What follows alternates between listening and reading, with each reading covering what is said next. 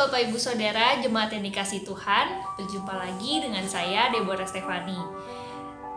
Pada hari ini kita akan sama-sama memasuki renungan Prapaskah. Selama 7 minggu juga kita akan sama-sama merenungkan tema-tema yang berkaitan dengan persiapan memasuki masa Jumat Agung dan Paskah. Nah, hari ini Bapak Ibu Saudara kita akan merenungkan satu tema, yaitu Allah mencari. Mari kita memperhatikan Alkitab kita di Lukas pasal yang ke-15. Kita tidak akan membaca keseluruhan ayatnya. Nah, Bapak Ibu Saudara, tapi ketika Bapak Ibu Saudara melihat dan membaca Lukas pasal yang ke-15, nah di sana ada perumpamaan yang Tuhan Yesus katakan mengenai domba yang hilang, dirham yang hilang, dan anak yang hilang. Di Lukas pasal yang ke-15 ini, ketika itu konteksnya para ahli Taurat dan orang Farisi, mereka melihat Tuhan Yesus menerima dan makan bersama dengan para pemungut cukai dan orang berdosa. Padahal Tuhan Yesus adalah seorang guru besar yang mengajar dan berkhotbah kepada banyak orang. Ia juga mengadakan mujizat dan memiliki banyak pengikut dan banyak muridnya. Ia adalah tokoh yang sangat disegani Bapak Ibu. Ia juga adalah seorang pengajar agama yang maka dari itu pasti bagi orang-orang mereka melihat Tuhan Yesus sebagai seseorang yang sangat menaati hukum Taurat. Ia juga adalah seorang yang tidak ada cacat celah, suci, dan tidak mungkin ada kenajisan di dalam dirinya. Sementara itu, orang-orang berdosa dan para pemungut cukai ini adalah orang-orang yang sangat bertolak belakang dengan Tuhan Yesus. Mereka justru orang-orang yang dipandang rendah karena moralitas mereka itu begitu bobrok. Mereka dikucilkan dan mereka juga dianggap mereka tidak beradab karena mereka tidak melaksanakan kewajiban agama Yahudi. Bahkan para pemungut cukai itu dituduh sebagai antek-antek penjajah yang jahat karena mereka merugikan orang sebangsanya, yaitu bangsa Yahudi, demi keuntungan mereka sendiri. Tapi Tuhan Yesus justru makan bersama dengan mereka. Hal ini sangat tidak benar di dalam pandangan para ahli Taurat dan orang Farisi. Nah, maka dari itu Tuhan Yesus menyampaikan kepada mereka bahwa orang-orang berdosa ini, para pemungut cukai ini yang dianggap mereka itu tidak layak, mereka rendahan, mereka adalah justru orang-orang yang terhilang. Orang-orang yang digambarkan seperti satu domba di antara 99 domba yang tersesat.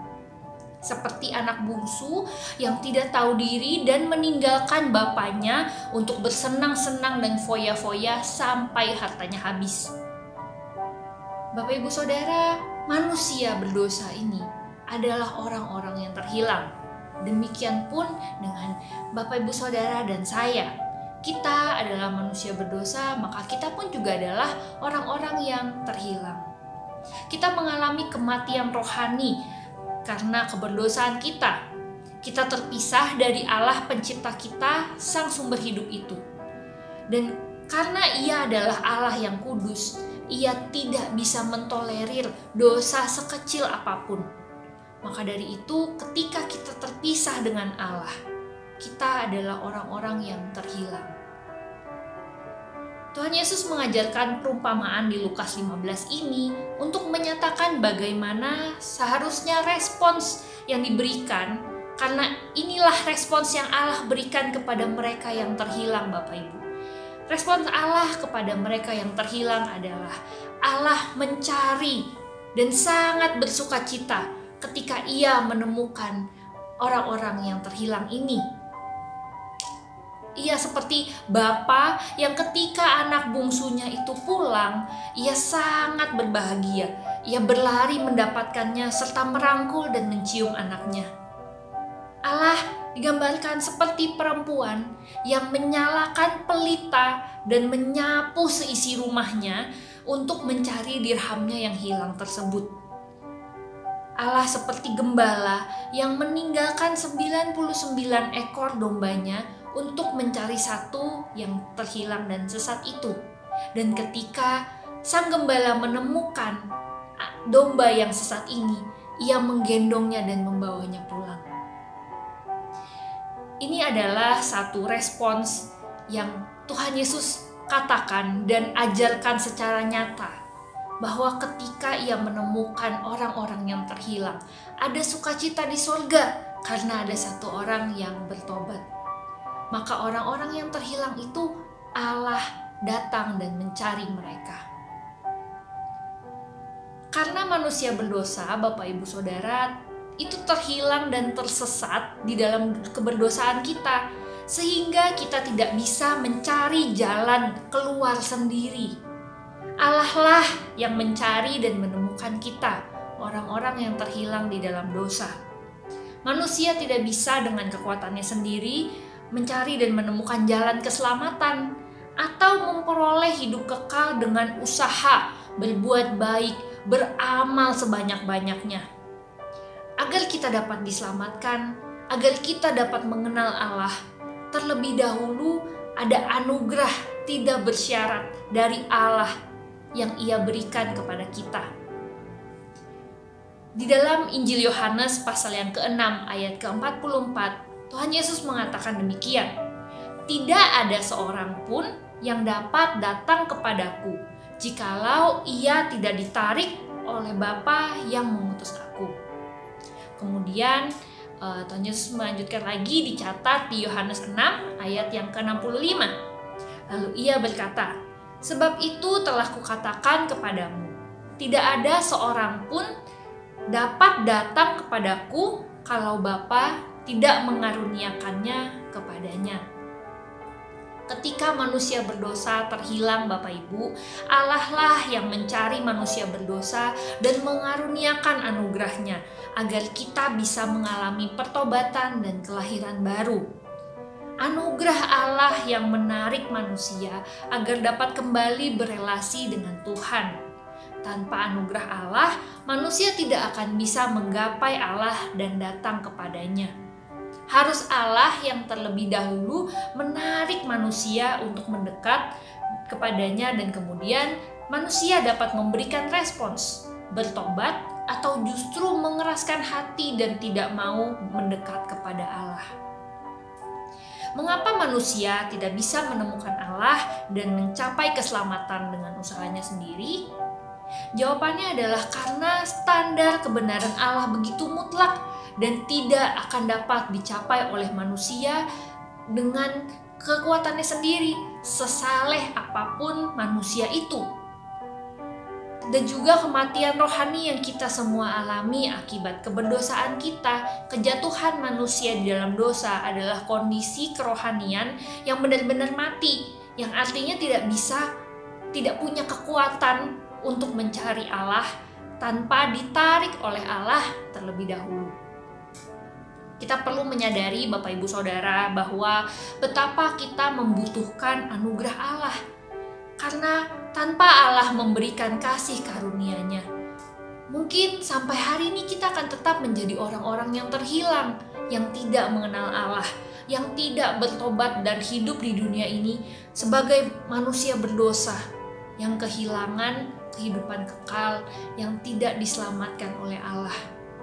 Tanpa anugerah Allah, kita tidak akan bisa percaya kepada Tuhan. Maka dari itu, ketika hari ini kita menjadi seorang yang sudah percaya, itu adalah karena anugerah Allah diberikan bagi kita. Dan tentunya kita perlu sangat-sangat bersyukur kepada Tuhan yang telah memilih kita dan memanggil kita untuk menjadi anak-anak-Nya. Bukti nyata Allah mencari manusia yang hilang adalah dengan lahirnya Kristus Yesus dan hadirnya Allah yang menjelma menjadi manusia di antara kita. Di dalam Lukas pasal yang ke-19 ayat yang ke-10, Tuhan Yesus mengatakan, "Sebab Anak Manusia datang untuk mencari dan menyelamatkan yang hilang." Ini dikatakan Tuhan Yesus di dalam perikop yang menceritakan tentang pertobatan Zakheus. Orang berdosa ini membutuhkan Tuhan Yesus yang mencari dan menemukannya, sehingga perjumpaan pribadi dengan Sang Anak Manusia ini membuat orang berdosa seperti Zakheus kemudian bertobat, dan dicatat di kitab Lukas bagaimana saat itu terjadi keselamatan. Yesus Kristus datang ke dunia untuk satu tujuan utama, yakni mencari dan menyelamatkan yang terhilang. Ia menuntaskan misi utamanya pada titik puncak di mana ia menanggung hukuman dosa manusia di kayu salib, dan kemudian bangkit dari kematian pada hari yang ketiga. Pada saat ini Bapak Ibu Saudara, kita memasuki masa Prapaskah, di mana kita mempersiapkan hati dan diri kita untuk mengingat peristiwa kematian Tuhan Yesus di kayu salib dan kebangkitannya pada hari yang ketiga. Mari kita mengingat bagaimana Allah yang begitu mengasihi kita sehingga Ia mau mencari kita, dan Ia mau berkorban di atas kayu salib bagi Bapak Ibu Saudara dan bagi saya. Salib yang hina menjadi mulia karena di atas sana Yesus Kristus menanggung hukuman dosa kita agar kita tidak lagi terhilang, kita tidak lagi terpisah dengan Allah dan tidak akan berpisah dengan Allah sampai selama-lamanya. Kelahiran Tuhan Yesus Kristus sebagai manusia di kandang yang hina, kehidupannya selama di dunia, dan ketaatannya hingga mati di atas kayu salib, semua itu dilakukan untuk mencari Bapak Ibu Saudara dan saya yang terhilang dan kini sudah ditemukan. Mari kita bersatu di dalam doa. Ya Bapa yang begitu baik, kami bersyukur karena kami memiliki Allah yang mengasihi kami, yang mencari kami yang terhilang hingga kami dapat ditemukan dan kami dapat ditarik supaya kami bisa berjumpa dengan Engkau ya Tuhan. Terima kasih untuk anugerah-Mu yang begitu besar bagi setiap kami. Ajar kami ya Tuhan untuk menyadari betapa besar anugerah-Mu. Dan ketika kami menjalani kehidupan kami sebagai orang percaya, kami menyadari kami sudah diberikan anugerah yang begitu besar dari Tuhan. Maka itu kami mau menjadi anak-Mu yang taat pada setiap perintah-perintah-Mu. Dan hidup kami bukanlah untuk diri kami sendiri, tapi untuk memuliakan nama Tuhan. Terima kasih ya Tuhan untuk perenungan firman-Mu yang begitu menghibur hati kami, menguatkan iman kami ini. Kami berdoa di dalam nama Tuhan Yesus Kristus, Juru Selamat kami yang hidup. Amin. Bapak Ibu Saudara, selamat mempersiapkan hati di dalam masa Prapaskah ini. Tuhan Yesus memberkati.